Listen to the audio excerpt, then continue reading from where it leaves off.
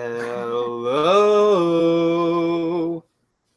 Sorry for the delay, but welcome to Twin Peeps, the second to last episode of our Twin Peaks recap this year. I'm gonna say hello to everyone in the chat. Hi, Hey, Cal. Oh, Hi, Tom. Hey, Ashley. Wow, nice. Hello, everyone. I know Joe's listening in the car too, so he's not able to chime in, but good episode. Finally. That's what we can say. Yeah, I mean, hello, Corey. Speaking of Corey, I feel like they put out this episode on his birthday for a reason. Yeah, we were talking about that. I like it was the most.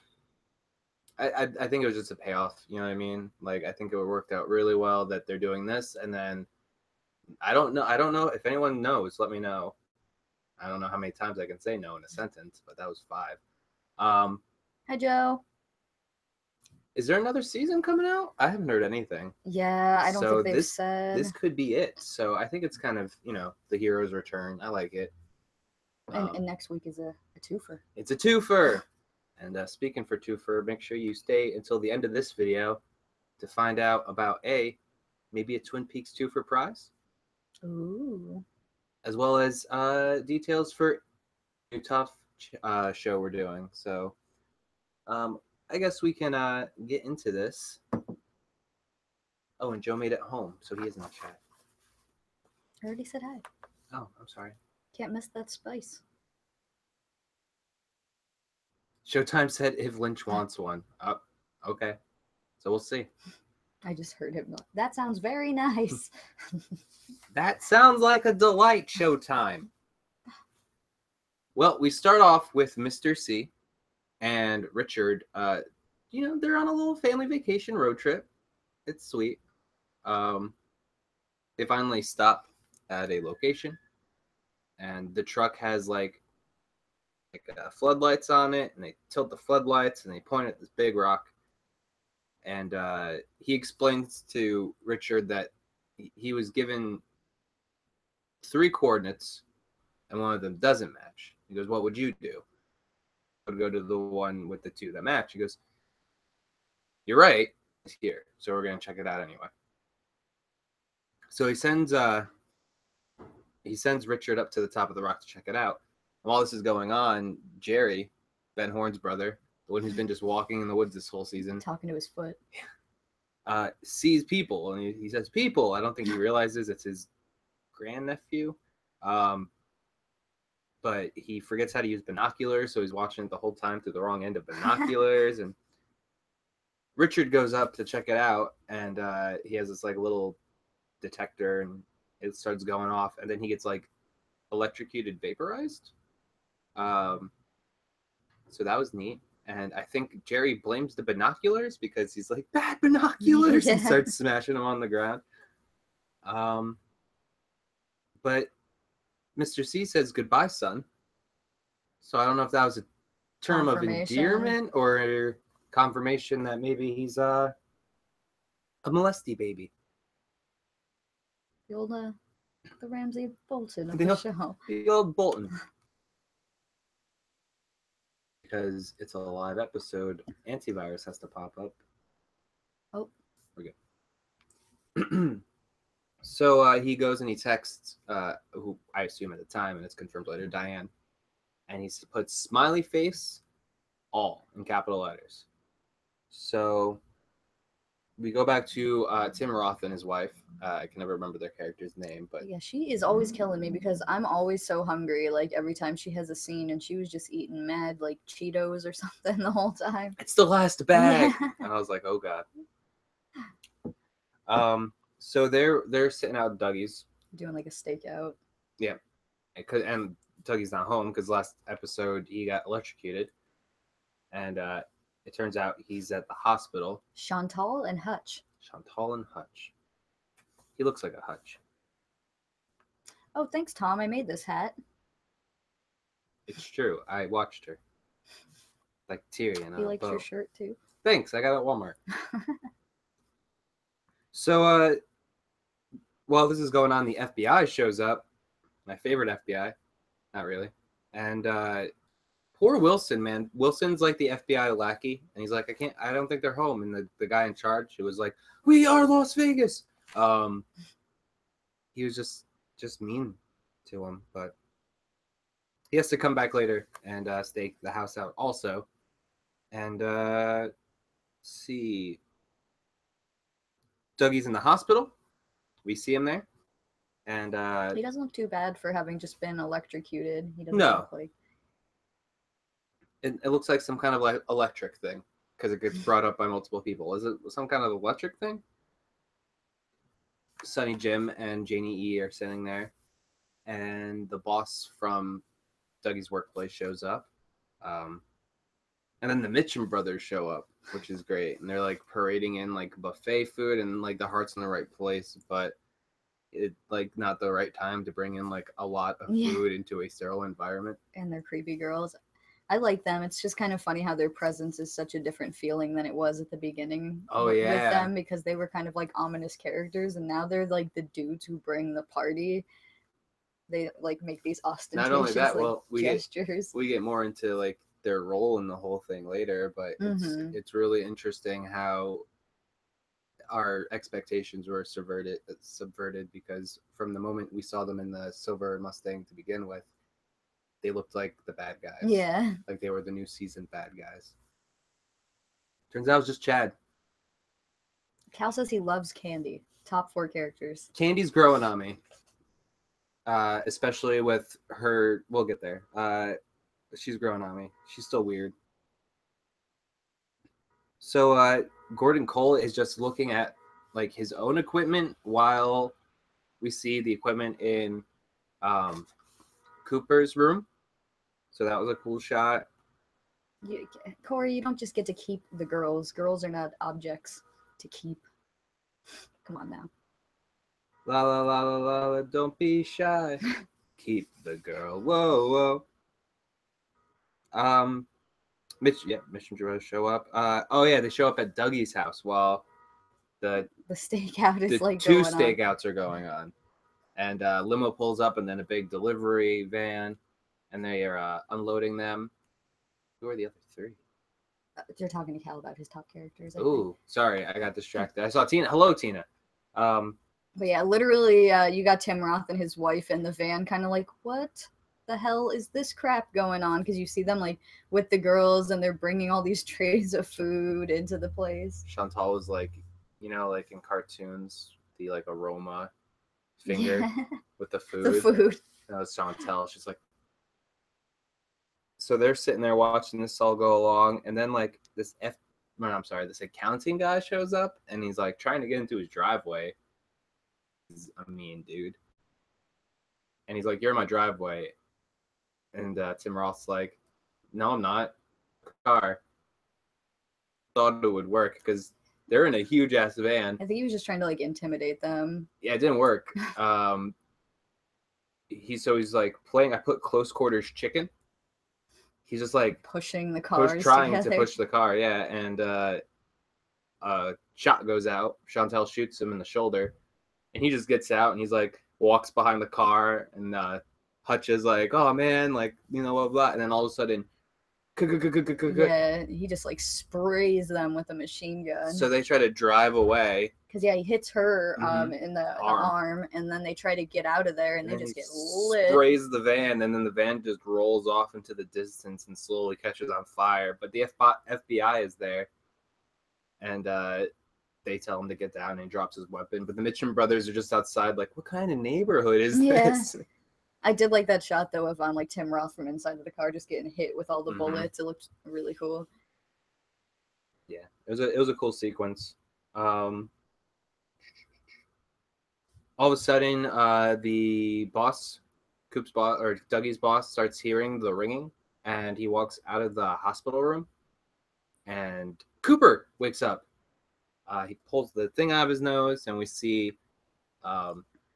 Mike there, and he's like, hey, you're awake finally, because Mike is as impatient as we are. And I think this is really cool. He gives him a strand. He gives Mike a strand of his hair and says, "Make another seed."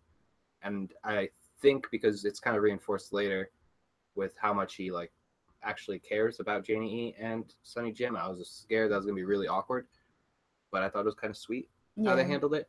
But he's like, "Oh, I need you to make another seed, so maybe we'll see Dougie come back."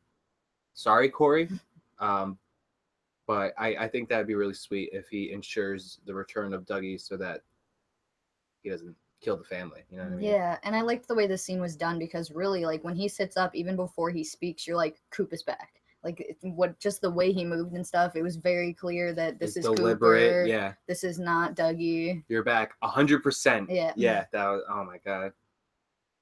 I actually want to watch the episode again because. And I know Ashley and Joe said they were screaming, they were on their feet going nuts when this happened. Tom, we were pumped ourselves. Exciting moment that we've definitely been waiting for. Although I do appreciate, like, it's a total like troll move on Lynch's part to wait until like right before the finale to do anything with Cooper. But I think it's funny and I liked it, and I'm glad he's back.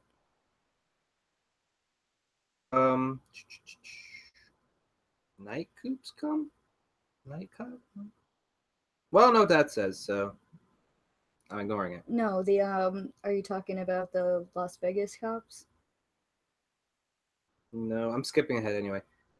So Diane is at the hotel, and she gets, she's at the bar. She gets a text, and it's smiley face all, and she like shocked, and she's like, "I remember." And we see that she has a gun in her purse. Kudos to the blocking in this, or the pacing in this scene, because it was very tense. She kept reaching into her purse to get cigarettes. Well, she goes up to, it's just a very long, slow walk through the hallway, and she's outside the door. And Gordon like listens to her come up the hallway, and he's like, "All right, come in, Diane." And he looks kind of suspicious the whole time. He's watching every move she's making, just like we are. And she sits down, and she goes into her purse, and we're like, "Oh God." She takes out her cigarette. She goes into her purse, grabs her lighter, goes into her purse, puts her phone back in. Like, it was really like tense. And she's like, "I was gonna tell you what happened the night Coop visited me." And they pour her a drink, I remember. Yeah. Albert does, I believe. And she's oh wait, am I skipping ahead again? No. Oh, he showed up like 3 or 4 years after he disappeared. And then he comes back, and he like grills her about the bureau, and she thought it was just him curious, but he's just being mean. And then like he kisses her, and she like is scared, and he sees the fear in her eyes and smiles. And then he rapes her. Yeah, she confesses that he raped her. And he took her to the place above the convenience store. And yeah, she said that she went to the gas station, right? Yep. Yeah. And she said, and also a sheriff's station. She started going, "I'm not me, I'm not me." And she pulls out the gun, and Albert right away. Pop. I think Tammy also lands a shot on her too, but she like pops like a balloon. Yeah, she like shoots. And like shoots Didn't out of they the have dimension. like another like Sarah Palmer or something? Sarah Palmer did that when she was leaving the Black Lodge in the beginning of the season. And this maybe is like going back. Yeah, but Tammy says, Tammy says, so that was one of them. That's a tulpa. And so now we finally have a word for at least what the constructs that come out of, like, I believe Sarah Palmer might be a tulpa also, like something where it's like... Oh, Laura Palmer. My bad, yeah. Sorry, we've been dealing with Sarah more. Oh, yeah, I didn't even I knew you meant Laura, but yeah, my bad. But yeah, so tulpas are like a Tibetan like mythos where they're concepts that are turned into a physical form. They're also very similar to the Judaism golem, where they, it's a like a concept that has a form. I guess I just said that, but and I like that we got like a little more confirmation about the seeds and stuff and how it works. They explained a lot of that. They did it really nicely, where they didn't just like give you information. They're just like bit bit bit bit, like they give you little dots. And... Were you a little disappointed that when they shot Diane and she went flying, that she wasn't like "fuck you" on the way out? Use the actual balloon noise. So Oh, and while she goes to the Black Lodge and she's talking to Mike, and she has red shoes on. Interestingly enough, she does give him a fuck you. I think she does. There. Yeah. And like she does the whole black fire head thing, and goes like. Joe said his mind did the balloon thing.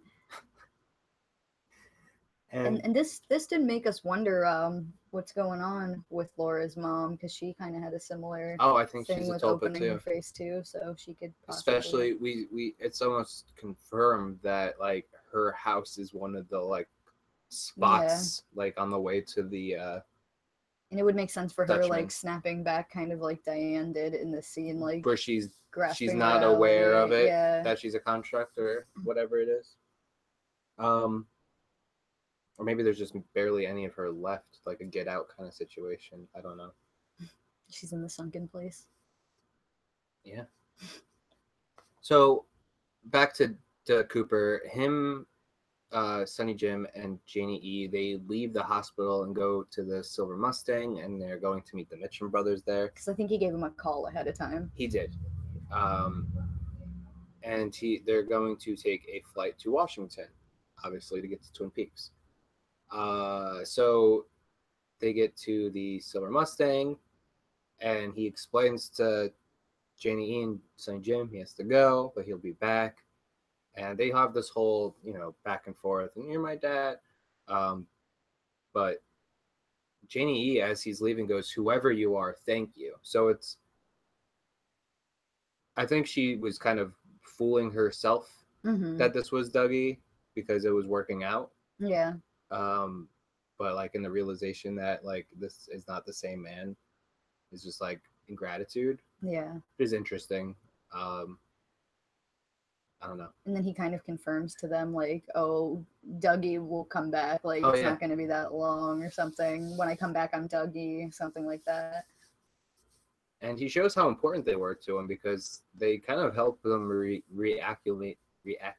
acclimate. Thank you. Into real life. Yeah, for sure.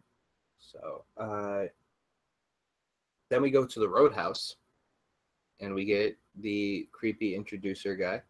Wasn't there a scene with the Mitchum brothers where they're driving with him after he leaves, and yes, and he is explaining to them You're the situation, and they're kind of like, "But we don't usually get along with the FBI and stuff," and he's like, "That's gonna change. I know you guys have hearts of gold." And Candy, this is where Candy wins me over. She's like, they do have hearts of gold. And I was like, you know what? Yeah, because Cooper was always willing to do some shady deeds as long as because think of him going across federal lines. Back in like season 1 with the Bookhouse Boys. Hey Matthew. And hey Matthew, I think he's willing to the FBI in real life has like alliances with crime families and stuff like that. So I buy it. And not a lot of people like Gotham, but I do, and it kind of reminds me of oh my gosh, he's the main dude, Fatone. No, that's Joey Fatone. In Gotham? Yeah, the main boss dude. Falcone. Thank you. Fatone. That's what I realized. I like him too because he's like a sweet old man. He's just also a gangster. So okay, Roadhouse. We have the creepy introducer guy, and he's like, "Here's this guy. He's gonna sing." And he does. And then Audrey and Charlie show up. It looks like they finally make it to the Roadhouse. That was the Eddie Vedder guy, right? That guy reminded us of like knockoff Eddie Vedder. And then they're like, all right. They're having a drink. And she's like, "Oh, to us, Audrey." And she's like, to Billy. And then the guy comes back on the stage and goes, "Ladies and gentlemen, Audrey's dance." And the song kicks in. Yeah, we hear her music. It's awesome. And she has this cool little dance sequence.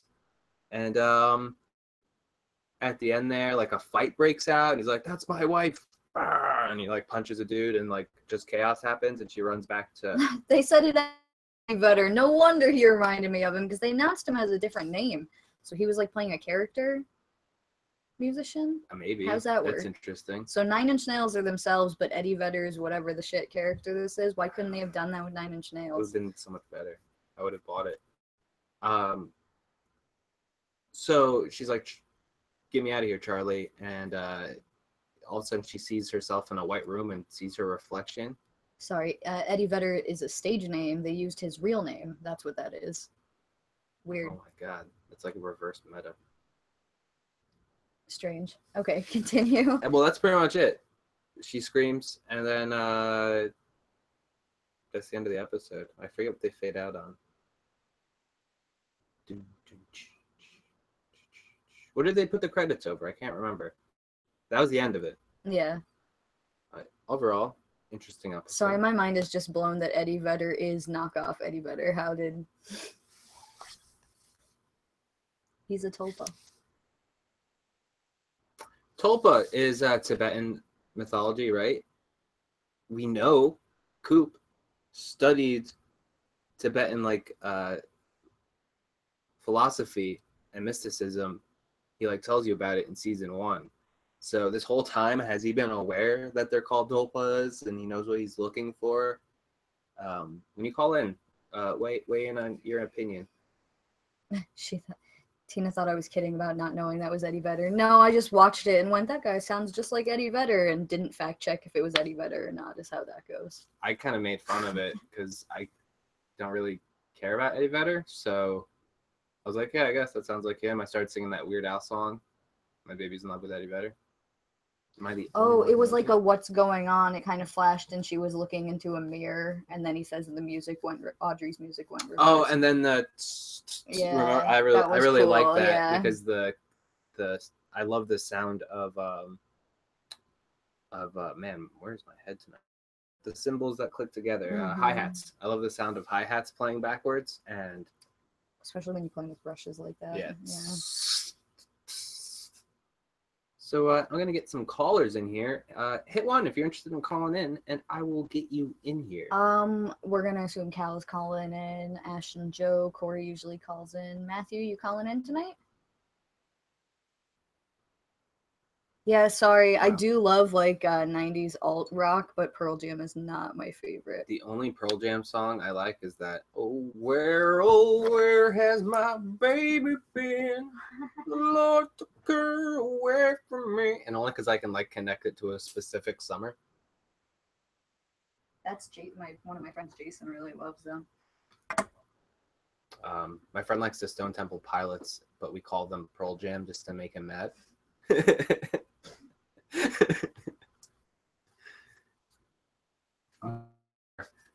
Oh shit.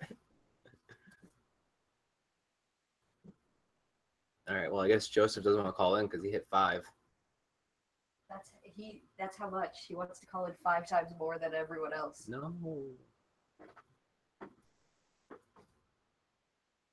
This week's gonna be a little longer of an episode. Probably good. I actually thought that was Stone Temple Pilots. Pretty sure that's Pearl Jam. That's Pearl Jam. Okay. What's another Pearl Jam song? I can't remember. There's a ton of Pearl Jam. I know there are. I just can't. They all kind of. I'm not trying. If you like Pearl Jam, I'm not trying to. Jeremy spoken. Hello. It's funny. It's like Creed wants to be an edgy Pearl Jam, but they are not. Hello. Hey. What's up? Nothing. Just talking about 90s alt rock on the Twin Peeps show. I think Joe put 0.5, meaning that he's half of the group that's calling in. So Ashley should have put another 0.5, because 0.5 plus 0.5 is one whole, and they are 2 halves of a whole. We don't math. See, now this is I wonder about this, because when you look at dairy products, half and half is just 1. Why doesn't it just say 1? Because it's half cream. How's it going, buddy? Not bad. How are you?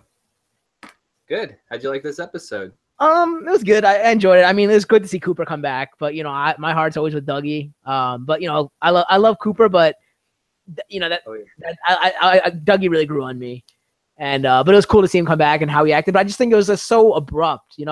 I know we waited all season, but just a shock. That's all it was. Because like he came out of a socket in the first place. Like I'm sure there's some electricity there, right? So like my theory was because he was looking at the socket and it was making the noise. It almost felt like a bit of him didn't make it all of the way out of the lines, and that's why his like brain synapse wasn't synapsing correctly. That's what I got from it. I could be completely wrong. And so like, so you know how like Cooper asked, "Do you still have a seed?" He goes, "Yeah, I still have it." He shows him the yellow ball. So like, those are the seeds to make doppelgangers, I guess, or tulpas, as you want to say. But like, if you remember, like I guess the first or second episode when they showed like was like Buenos Aires or something, and they showed the little box, and then it goes like it explodes and turns into a silver ball as opposed to a gold ball. So maybe is that something to do with like another type of tulpa that could be made or something? You know what I mean? Like there's like all these different possibilities that could happen with all these different color seeds and stuff. I don't know what you thought about that, but I mean, it makes sense. What other reason would you have them different colors than to establish them being different things, or at least maybe different intentions? You know what I mean? Like one is good and one's bad, but I don't think that's the case. I don't know. And then like at the end scene where like Audrey's in the roadhouse and like she's like, "What's going on?" And like it flashes and it's a complete white room and there's a mirror and she sees herself and she's like, "What's going on here?" Or something like that, or something to that nature. But she looked different from how she looks in the the roadhouse tied back. Yeah, and all that. She looked different. So maybe she's in like a spaceship or something and she got abducted. And I know like I know the alien angle is coming from the books. I didn't suspect that. I thought maybe she was being institutionalized. Yeah, remember I said that earlier, but then like when I saw that white room, all I thought was like aliens. As soon as I saw that white room, you know, it could be both. Yeah, maybe she's being institutionalized by aliens. That could be it. I have a theory that anytime that you got the guy who introduces the band in the roadhouse and anyone seen in those scenes, because like Richard, we know that he was in the roadhouse, right? Like, he wasn't there when the announcer was there introducing people, and we've seen other characters in there and we haven't seen the announcer. But like the Nine Inch Nails thing where we didn't see anybody in there, and the other ones where the announcer comes in, I think those are all maybe like simulations in Audrey's mind or something. But is it the Roadhouse though? Because like in the original show, was the place called the Roadhouse? I'm pretty sure, yeah. Because this is called the Bang Bang House, and I know they said the Roadhouse Presents, but the actual place is called the Bang Bang House. Well, that sign's the same sign that it's always been. Yeah, it just says Bang Bang. All right, then that's fine. I'm okay with that. Well, yeah, so yeah, then it might be simulations that are going on. Because like, well, who are all these random people that they have and kind of thing, you know? But the thing I want to talk about if you're right about the alien ship, what if it's a bunch of people who have been taken? Yeah. All just being put in the simulation of the Roadhouse. I don't think Tina's feeling that spaceship theory. Yeah. Well, I mean, but in the books, it's all about spaceships. That's why I think that. But I originally thought it was institutionalization when she didn't know what was going on and all that. But when I saw that white room, my mind just jumped to aliens. As soon as like, because reading the books and all that. But my other question was for the Diane scene, where she goes like, "I'm at the sheriff's station. I'm at the sheriff's station. I'm at the sheriff's station." Right? You think that has anything to do with Nido? Probably. I can't think of any. Yeah, I was saying that's the most important thing that's at the sheriff's station, don't you think? Yeah, I just don't know why she's important, but I'm sure we will be told. Yeah, so I have no idea, unless she was like some defective seed that was made, like Nido, or something of that nature. You know what I mean? Like, I don't know. Every time we say her name, I picture like a eclectic Enya-esque band from the 90s, Nido. Mm-hmm. Kenny G. And then they do mention, I was asking this question earlier in the chat, they mentioned 3 coordinates. She's got 3 coordinates, right? So I want to go over which ones they were. He got coordinates from the tea kettle, the Philip Jeffries, right? He got one from Diane. And then I think he also got them from Ray, right? Ray pulled it out of his pocket. So he said two of them are the same and one isn't. Right, and I think this is the one Ray gave him. It was a trap. That was a trap. He was working with the lodge. Right. So Jeffries. So you think the tea kettle Jeffries and Diane gave him the ones that are similar for Twin Peaks? Yeah. Yeah. Oh, so that's why when he questioned, like when he says I called Ray, that was like a question, right? Like he probably had no connection to Ray, right? Yeah, the way I interpret it, Philip Jeffries, the tea kettle, didn't know what was going on. It sounds like someone is playing a game. Okay, yeah. Unless there's a doppel Jeffrey. Who knows, man? There could be two. One to other. Yeah, so I do have one thing to, besides the what do you call it? The charity raffle, I can mention that later. I have one more thing to mention. We are in need of some help again. So I'm going to put this up. Our friend Dougie Jones is missing. He's age 61, 6 foot tall. He has brown hair. Brown hair and hazel eyes. He was last seen at the Las Vegas hospital. So if you see him, please contact the Dougie Jones fan club. The president is me, Doppelcal. You can contact me at Advir Deja Vu. And the vice president of the Dougie Jones fan club is Corey Williams. And you can contact him at GeoMetroid. So if you do see Dougie Williams, please get in touch with us because we miss him dearly. Thank you for that PSA. Funny. Yeah, so that's pretty much those are the few questions I had about Diane, the 3 coordinates, and like Naido and stuff. But that's all I had to say about this. I don't think there was that much else to say. I enjoyed it. It's cool to see Dale Cooper back, but I'm gonna miss Dougie. Word. All right. Did you have anything you wanted to plug real quick? Well, just Night's Watch ended, so if you want to catch up on the backlogs, they're on the Odd Shape channel, and I also have the links on my channel as well, so you can find them both spots. We have something coming up in the mix that Tom and I are going to talk about in a little while, I guess. Eventually get that out. But the last thing I want to mention for the last time is the Night's Watch charity raffle, where the prize is the Song of Ice and Fire book set. All proceeds will go to Tina will go to Tina's medication to help pay for stuff that's not covered by Medicaid anymore. You can check her out at Lost Dogs 20 on Twitter. So DM me at NightsWatchTube or email me nightswatchtube@gmail.com or even at Deja Vu on Twitter. Tomorrow's the last day. I'm going to be ending. I won't be home at all tomorrow. So, I'll if you guys message me or anything or text me, I'll get them and I'll make the final. I'll accept the final donations, by midnight tomorrow. And then if I can get some in before I donate on Saturday, Friday, September 1st, I'll be donating. And I've already bought the books, but they're on back order. So as soon as I get them, I'll send them out to whoever wins the raffle, which I'll be announcing on Friday as well on August 31st. September 1st. Sorry about that. Thank you very much for that. And I guess we got one more time of me going out before the finale. So I'm leaving now. I'll see you guys later. See you in 25 years, buddy. Yeah. All right. We sent Joe an invite. He should be coming in next. We'll let Corey cool down for a minute before we call him in after that stunt. Hey, buddy. Hello. So I know you guys are pretty excited. We were incredibly excited. One might say incredibly excited. I would say that. That's me. That's all me. Ashley's, I think, putting her hair up or something. I don't know. She'll be back in a second. Nice. Well, did you have any thoughts on the episode? I had many thoughts on the episode. Most of them were filled with expletives that I'm not going to repeat on the air. But good expletives. Like F yeah, and this is effing amazing, and all that jazz.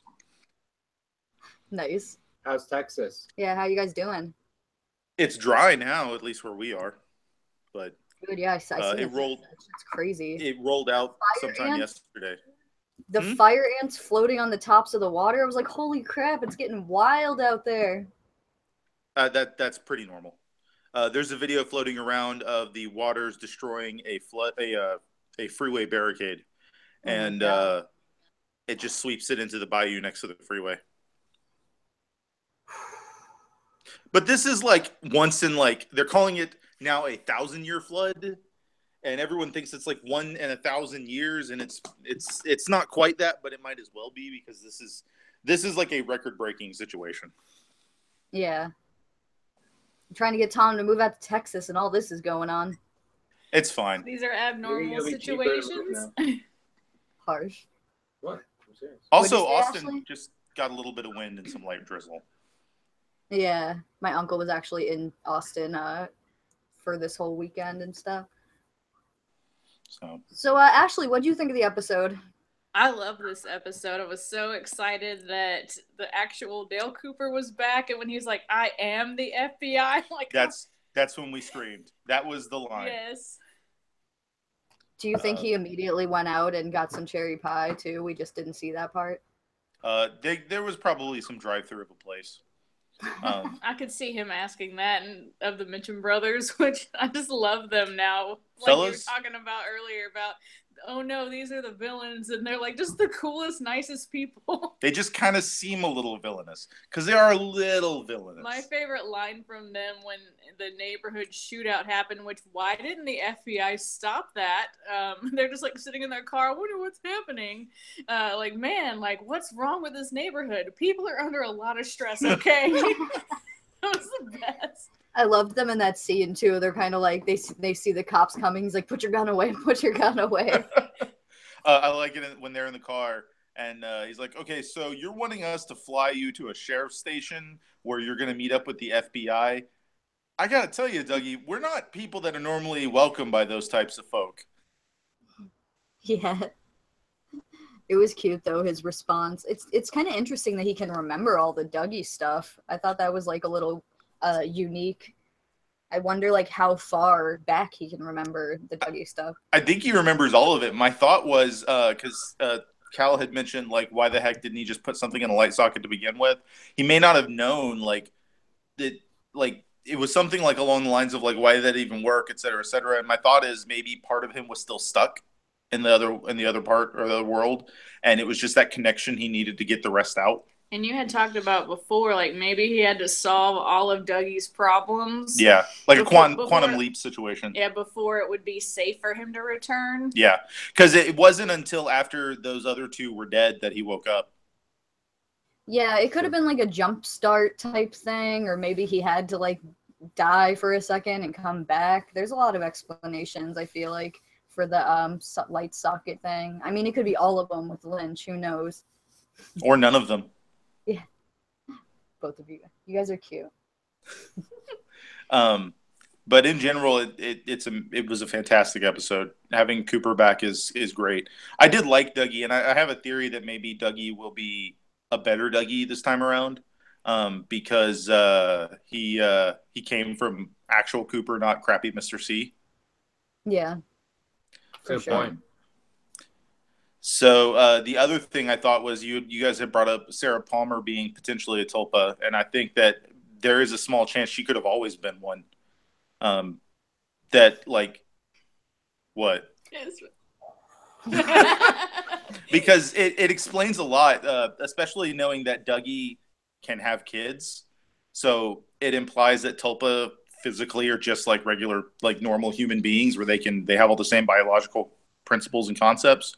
Dougie got fat and aged, so that can happen. So if Sarah Palmer was always a Tulpa, it would explain why she was so like psychically sensitive to like Bob and stuff like that. So yeah, that's interesting. I'd love to hear what Tina thinks about that. So if you have any opinions, please write them in the chat, Tina, our Twin Peaks expert who we've appreciated so much this season. Literally, when we're watching the show and something happens and I get confused, I'm like, Tina's gonna let us know what's up. There you go. I also wonder if Audrey is like stashed in some sort of extra dimensional space, like a lodge or something like that, by Mr. C to kind of keep her out of the way. So it's interesting. Or to have something up on Cooper because he knows that Cooper like a hostage. Yeah, that's fair. 5-year hostage. I am a little bit with Cal. It had a sci-fi feel to it when she snapped back and she had like the white room around her and the mirror and stuff. Like it almost kind of reminded me with, if you like Doctor Who, like the Amy Pond with the mirrors and the dual screens episode and stuff. But that's the thing. Like they talk about some of these aliens in the Secret History. They mention some of these aliens that they talk about are extra dimensional, not just extraterrestrial. Yeah. So and that totally makes sense for the way that they've been doing this. I think it makes more sense in real life. Where's the tinfoil at? Look, all right, this might be a good segue. There might be a conspiracy cryptid UFO show coming to Odd Shape Channel featuring Rip and the New Jersey Devil. I don't know who those people are, but we'll find out. As long as he's not the Jersey Devil from Wolf Among Us. Wolf Among Us, we're good. That dude was. We're probably going to talk about him on that episode. That was one of the coolest portrayals. Yeah, that was awesome. I was a big fan of that. Cool Yeah. game. Seemed like a scumbag, though. I mean, who wasn't in that game? Biggie Everybody was nice. a scumbag. Even Snow White. A Just a little. But yeah. It was really intense with the scene with Diane with the gun. Like, every time she reached in, like you said, it's like, oh my God, don't let her kill anybody, please. So my heart cannot take this. I was scared because I know Albert passes away. Yeah. The actor. So I was like, is this how Albert's going to go out? Like, I was scared. But nope, he saved the day. But like right after that episode as well, I saw that meme online where it's like Albert asked Diane, "Would you like a drink?" And she's like, "Sure." And he's like, "How about some shots?" And it's like the best screen grab. His face is so intense. Love it. Yeah, it was a good weekend for TV. Game of Thrones was crazy. This was awesome. Exciting Sunday for sure. Yep. I mean, we had our BFF that probably made no sense. Because we were like so stressed. Like, let's get this done. But bye, Matthew. Enjoy the rest of your night. Thanks for coming by. But yeah, take it easy, Matthew. But yeah, in general, fantastic episode. Yeah, we agree. I'm really looking forward to next week's. Or this week's, I guess. Yeah. Right. So, did you guys want to plug? Do we have anything? Yeah, of course. There is another fan fiction this Sunday. We won't be involved with it necessarily, but we will be doing a BFF afterwards at some point. Over something that's to be determined? Yeah, we have no clue what yet. Because we don't have answers? So, that's us. That's us. That's it? You can also check out our latest BFF. We're doing them live. The most recent one was over, what was that show called? Friday Night Lights. Oh, yes, Friday Night Lights, where it was mostly us talking about hurricane stuff. But, you know, we did talk about show-related things as well. And Joe got to do his epic Burn Notice / Tool Time, or whatever, Home Improvement crossover pitch, which was hilarious. No Tib. Still no Wilson. Very disappointed. And then you can also check out my top 5 awkward team-ups over at Screen Mayhem. So I have some very unusual buddy movie team-ups. So go read that because it was real fun to write. Nice. Sorry, your cat was being hilarious behind you, and I was. She's way more hilarious than we are. Yeah. Hi. I know. Hi, long kitty. Aw. She's very sweet. I'm not talking to you, Mavis. So, while I have you guys on, I'm going to be putting up a official giveaway video so everyone can enter and stuff. But we're going to, on the next Twin Peeps, do a drawing for a giveaway donated by Ashley and Joe from BFF. Check out this twofer. We got the Giant and Bob. Couple lodge folk there. The liaisons of the White and Black Lodge. I want to keep them, but I won't. They also gave us an awesome Leland. I think I showed that off a few episodes ago. But I'll be putting up a video on how to enter. But yeah, next week, guys, we'll be giving these away. And thank you guys so much. Yes, thank you. No problem. You're very welcome. And then when someone named John Dennis accidentally wins the giveaway and also happens to live in Liberty, New York, we won't question anything, right? Torm Burness entered too, I heard. Torm Burness. Actually, I just did it under Kimber's name, and she's like, "What?" It's like somebody named Kimber Batch won. This is really strange. I have no clue who that is. All right. Well, thanks again, guys, and we will talk to you soon. Boom. See you in 25 years. Oh no! But your wedding. Oh, but your wedding. Adorable. All right, fine. We'll see you before 25 years in that case. Corey, and I think that's it, right? because Matthew he's being social. And that's fine, because I'm hungry for food.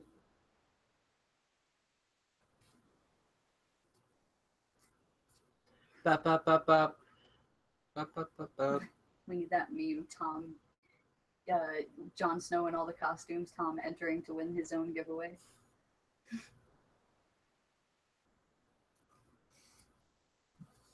Twin Peaks.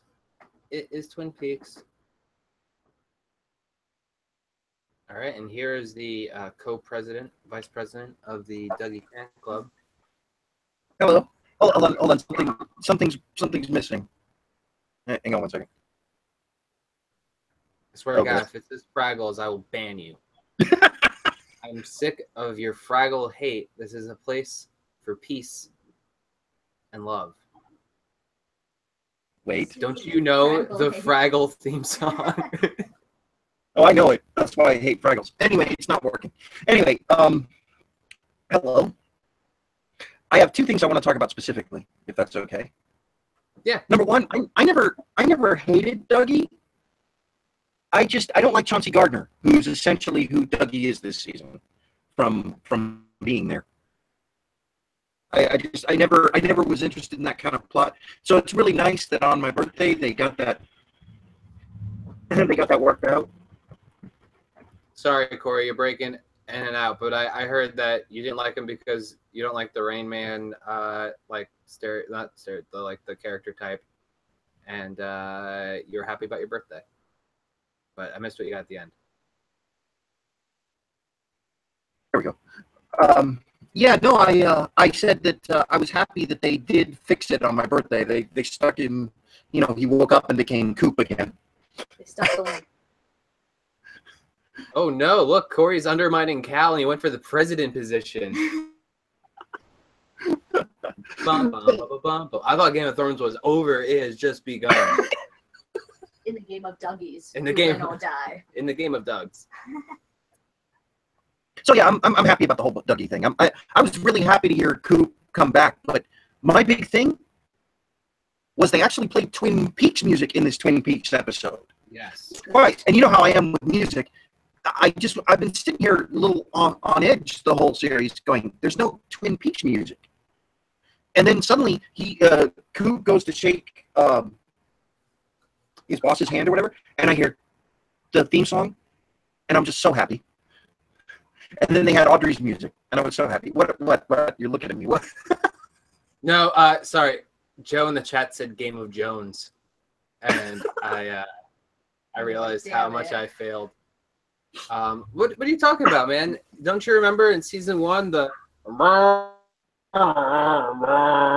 song? Well, yeah, but I'm saying that in season 3, since it's come back, there really hasn't been a lot of. I'm just teasing. I really like the older stuff being reused. For sure. That the song that I'm referencing, the Gargle. You know what I'm talking about?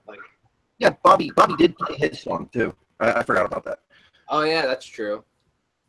But this was the original theme for Twin Peaks, because Twin Peaks is now back. I mean, I think that's what they're trying to tell you with the music. Yeah. Cool. I'm just excited for next week. I can't. It will be interesting. I can't wait. Do you want to do your plugs, buddy? Oh, and my favorite line in the whole episode was, "They're under a lot of stress around here." Yeah, we were laughing about that with Ashley and Joe. Good stuff for sure. As far as plugging, I am at Geometroid. I am the president of the Dougie Jones fan club, apparently. And I am the host of the Tech Podcast with my co-hosts, Mac and Kim and Scott. And we're also all over the Game Fixers Network. Uh-oh. You were frozen for a second. Oh, where did I stop? Oh, I am also the co-host of Bucks Classics and a bunch of other shows on the Game Fixers Network, and apparently my computer wants to freeze and be a douche right now, so that'll be it for me. All right, buddy. Well, always nice to see you, of course. And we will see you I will see you next week. Yes, sir. Bye. Bye-bye, guys. All right, guys. Well, that's it for the part 16 recap of No Knock, No Doorbell, the Lifetime movie about Diane. It sounds like a Lifetime movie title. Great episode. I'm really looking forward to next week's. As far as us, you can always check us out at oddshapechannel.com. We also have tomorrow dropping It's a Twofer, featuring us talking about putting together the movies Flash Gordon and Guardians of the Galaxy. So that should be fun. It was fun. We were there.